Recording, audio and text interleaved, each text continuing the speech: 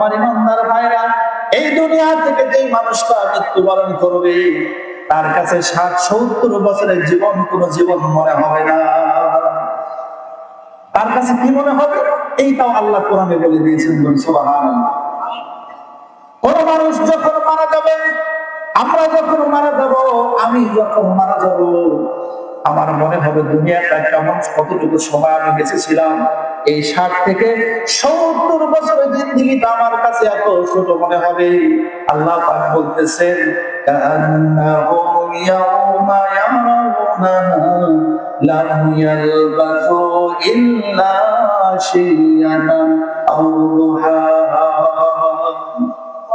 আমরা যে 60-70 বছরের জিন্দেগির দিনে থাকলাম, এই সময়টা মৃত্যুর পরে মনে হবে হয়তো সকালের কিছু অল্প একটি সময় দুনিয়াতে ছিলাম, অথবা বিকেলের কিছু একটা সময় দুনিয়াতে ছিলাম। এত ছোট আর এত অল্প সময় মনে হবে।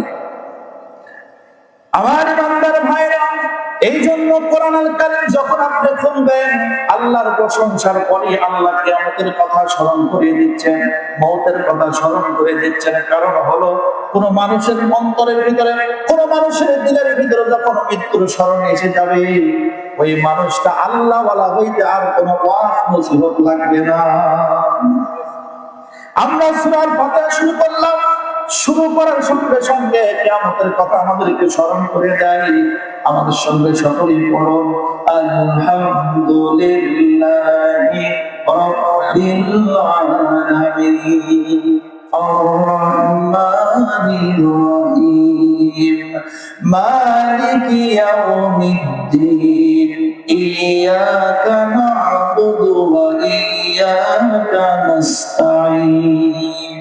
আলহামদুলিল্লাহি রাব্বিল আলামিন, সমস্ত জগতের রবের প্রশংসা, যিনি রহমান এবং রহিম। মালিক ইয়াউমিদ্দিন, কিয়ামতের দিনের মালিক। আল্লাহ বুঝাইতে চাচ্ছেন, বান্দা আমার প্রশংসা আদায় করলি, কিন্তু এরপরে স্মরণ রাখতে হবে কিয়ামতের একটা দিন আছে।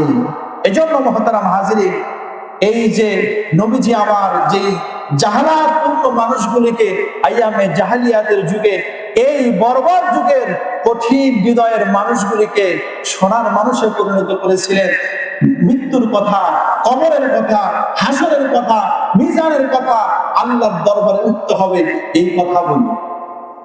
আমার ইমানদার ভাইয়েরা, আল্লাহ রাব্বুল আলামিন কোরআনুল কারীমের অসংখ্য আয়াত আল্লাহ পাক রব্বুল আলামিন এই দুনিয়া একদিন শেষ হয়ে যাবে সেই কথা আলোচনা করেছেন। আল্লাহ রাব্বুল আলামিন বলেন, ইযা ওয়াকাতিল ওয়াকিআ, এমন একটা সময় এসে যাবে, মানুষ তোমরা যে কিয়ামতের কথা বলো, সেই ঘটনাটা কিন্তু একদিন ঘটে যাবে। সেই ঘটনা যেই দিন ঘটে যাবে, সেই দিন কি হবে? ইযা যুলজিলাতিল আরদু জিলজালাহা ওয়া আখরাজাতিল আরদু আথকালাহা।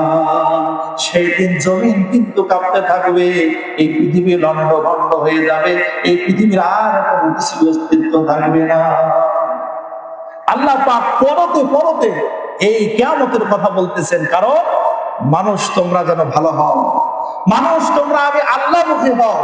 এরপর আল্লাহ বলতেছেন, লাইসা লিওয়াকাতিহা কাযিবা। অনেকেই দিলে দিলে মনে করে কিসের আবার কিয়ামত, কিসের আবার হিসাব, এটা মনে করে। আল্লাহ পাক বলতেছেন, লাইসা লিওয়াকাতিহা কাযিবা, যখন কিয়ামত আসবে এইটা অস্বীকারী আর কেউ থাকবে না। আল্লাহ রাব্বুল আলামিন বলেন, ওই কিয়ামত যখন অনুষ্ঠিত হবে, খাফিদাতুর রাফিআ, কিছু মানুষ থাকবে তাদের মাথাগুলো উঁচু হয়ে থাকবে। ওই কিয়ামতের ময়দানে এমন কিছু নেককার বান্দা থাকবে যাদের মাথা ভয় থাকবে না, যাদের দিলে ভয় থাকবে না। এরা আল্লাহর সামনে সম্মানের সহিত মাথা উঁচু করে হাজির হবে বলি সুবহানাল্লাহ। আল্লাহ রাব্বুল আলামিন বলেন, ওই বান্দারা কারা, ওই মানুষগুলি কারা? ওয়াকুতুম আযওয়াজান সালাসা, ওই কিয়ামতের হাসরের ময়দানে, কঠিন ময়দানে আল্লাহ পাক সমস্ত মানুষের মধ্যে তিনটা দল করবে। কয় দল? আল্লাহ রাব্বুল আলামিন বলেন, এক নম্বর দল হবে ফাসহাবুল মাইমানাতি মা আসহাবুল মাইমানা, এমন একটা দল হবে যারা ডান দিক পন্থী হবে, ডানপন্থী হবে, ডান দিক থাকবে, ডানপন্থী মানুষ হবে। এই ডানপন্থী মানুষ হলো সৌভাগ্যবান।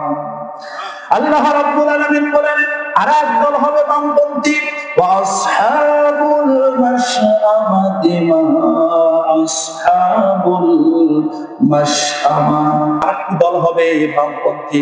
আমাদের এই দুনিয়াতেও ডানপন্থী আর বামপন্থী আছে না নাই? আল্লাহ কোরআনে বলে দিয়েছেন ১,৫০০ বছর আগে। এই জন্য আল্লাহ পাক বলতেছেন কিয়ামতের দিন মানুষ তিনটা দলে বিভক্ত হবে।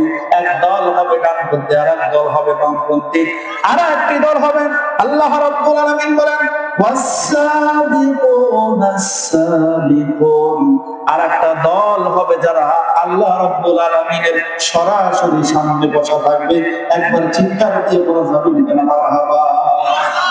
আল্লাহ পাক বলেন, আমার সামনে যারা থাকবে এরাই হবে আমার সবচেয়ে নৈকট্য অর্জনকারী বান্দা।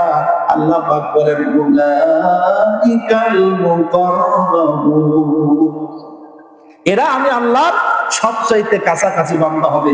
এরা হবে নবী এবং রাসূল। চিৎকার দিয়ে বলি সুবহানাল্লাহ।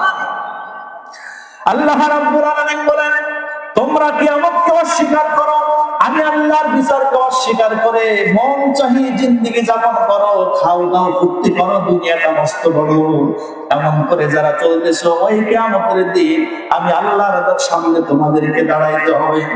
আল্লাহ রাব্বুল আলামিন বলেন وَكُلَّ إِنسَانٍ أَلْزَمْنَاهُ طَائِرَهُ فِي عُنُقِهِ وَنُخْرِجُ لَهُ يَوْمَ الْقِيَامَةِ كِتَابًا يَلْقَاهُ مَنشُورًا।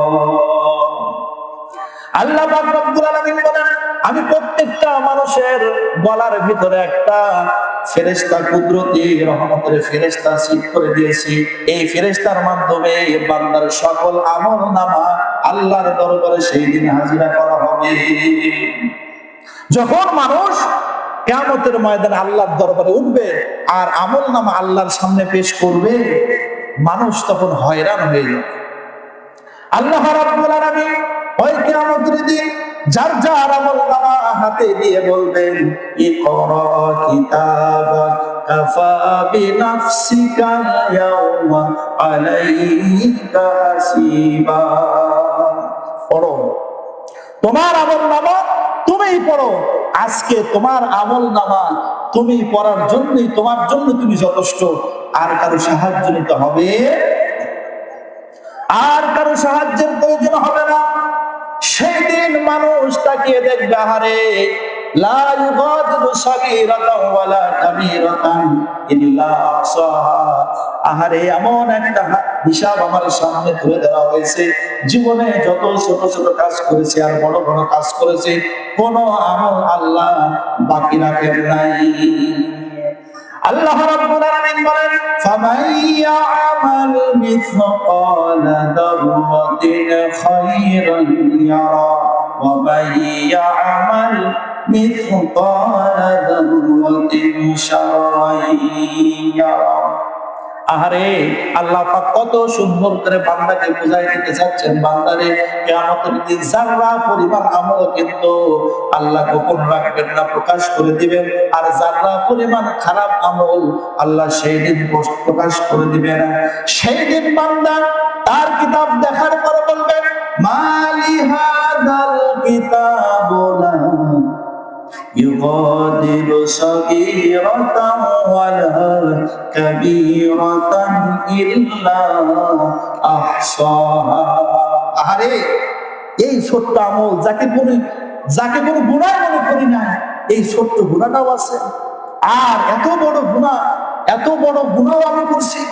এই বান্দার গুনার আমল দেখে বান্দা হয়রান হয়ে যাবে, আর সঙ্গে সঙ্গে বলবে, না আল্লাহ তোমার ফেরেশতারা এগুলো বানায় বানায় লিখছে, আল্লাহ আমি তো এগুলো করি নাই।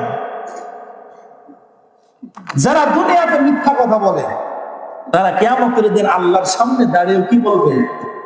মিথ্যা বলবে। আল্লাহ রাব্বুল আলামিন কিয়ামতের দিন কারো উপর কোনো জুলুম করবেন না, কারো ব্যাপারে কোনো বাড়াবাড়ি করবেন না।